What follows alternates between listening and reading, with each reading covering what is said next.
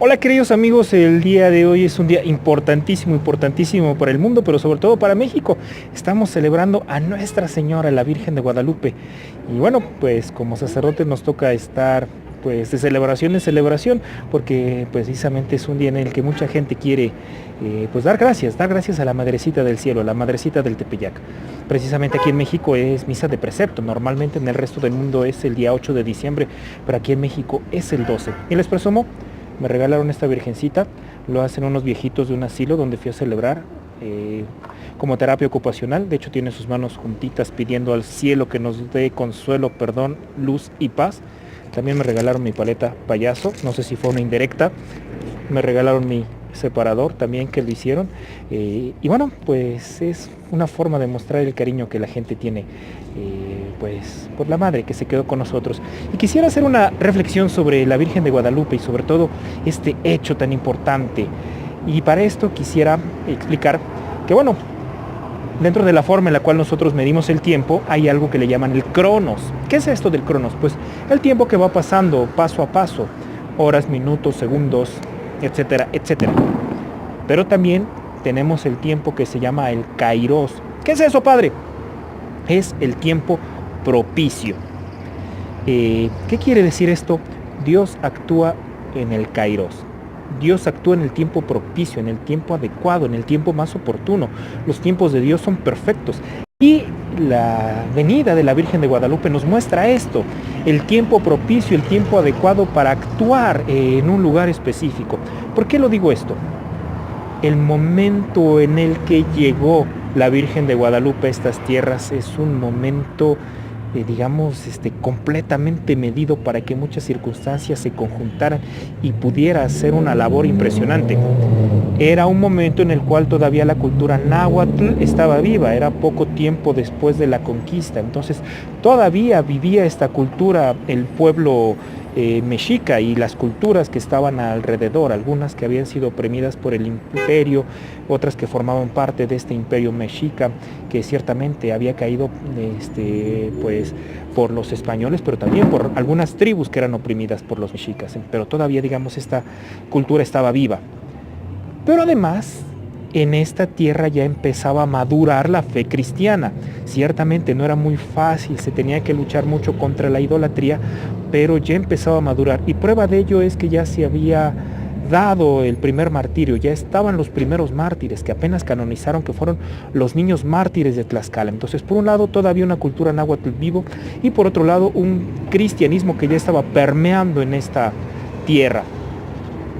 Pero además en esta tierra ciertamente se vivió un momento difícil, pues la gente de la cultura náhuatl que de alguna forma vivía esta tristeza de haber perdido, digamos, algo que era propio, quizás estas tradiciones que tenía, ciertamente que posteriormente se vendrían a enriquecer por una cultura mestiza que generan lo que es una gran patria, que es México, pero quiera o no, todo proceso de conquista era difícil, pero a su vez también por los frailes franciscanos que buscaban hacer esta labor de evangelización, que también buscaban de alguna forma proteger a los indígenas, pues tenían una labor difícil, no era verdaderamente fácil, verdaderamente era una entrega muy grande, pero que pues requería un gran esfuerzo.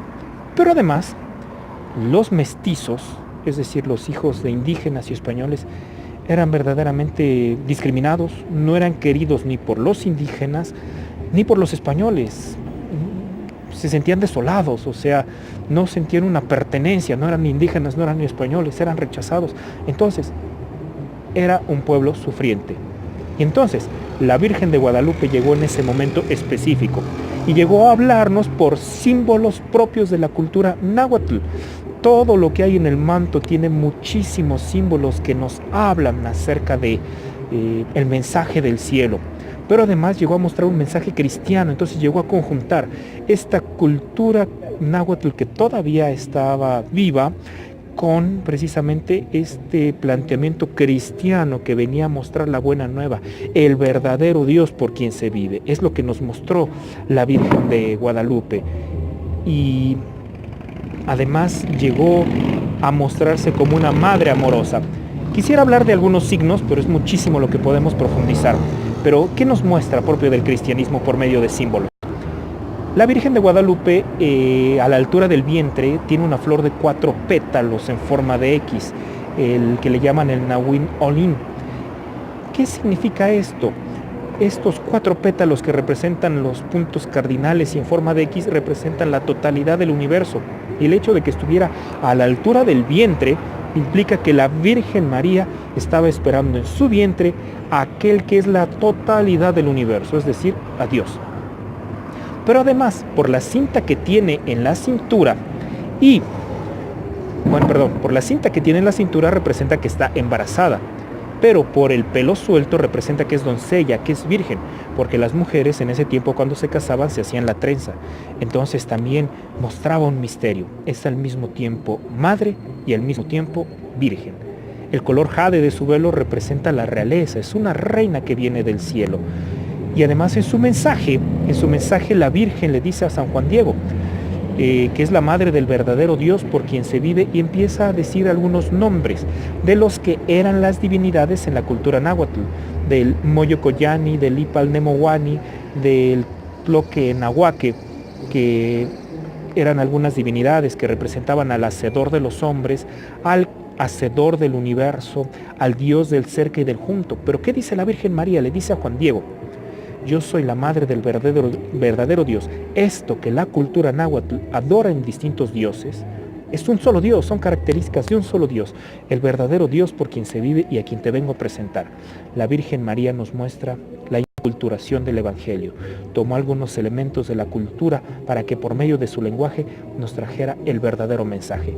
Y el mensaje que más me gusta de la Virgen de Guadalupe es el que le dice a Juan Diego cuando va por el sacerdote y le da la vuelta a la Virgen para que no lo distraiga, y la Virgen se le aparece y le dice que está preocupado por su tío que va por el sacerdote, y le dice a la Virgen María algunas palabras muy hermosas. ¿Qué no estoy yo aquí que soy tu madre? ¿Qué no estás por ventura bajo mi regazo? Que no te preocupe la enfermedad de tu tío, no va a morir de ella. Eso nos vino a decir a un pueblo que sufría, que es la madre de este pueblo, que está para cubrirlo con su manto. Entonces, tanto los indígenas que sufrían como los frailes que tenían esta labor, pero también los mestizos que sufrían bastante rechazo, se dieron cuenta que tenían una madre en el cielo que los comprende, que no importaba su raza, no importaba el rechazo de los hombres, la Virgen Morena es mestiza, y del cielo les mandó una señal para decirle que los comprende, que los ama y que lo importante es que son queridos por Dios. Y eso se lo dijo a todo el pueblo mexicano y nos lo repite a todos nosotros y a todo el pueblo de América, porque es patrona de América y de Filipinas, que está aquí porque es nuestra madre, que nos ama y que sus manos juntitas las tiene para rezar por nosotros. Encomendemos nuestra vida a la Virgen de Guadalupe, encomendemos nuestros dolores, nuestros sufrimientos y nuestros proyectos para que sea ella la que los encamina a Jesucristo. Pues queridos amigos, les invito a compartir este mensaje y les doy mi bendición. La bendición de Dios Todopoderoso, Padre, Hijo y Espíritu Santo, descienda sobre ustedes y permanezca para siempre. Amén. ¡Viva Cristo Rey!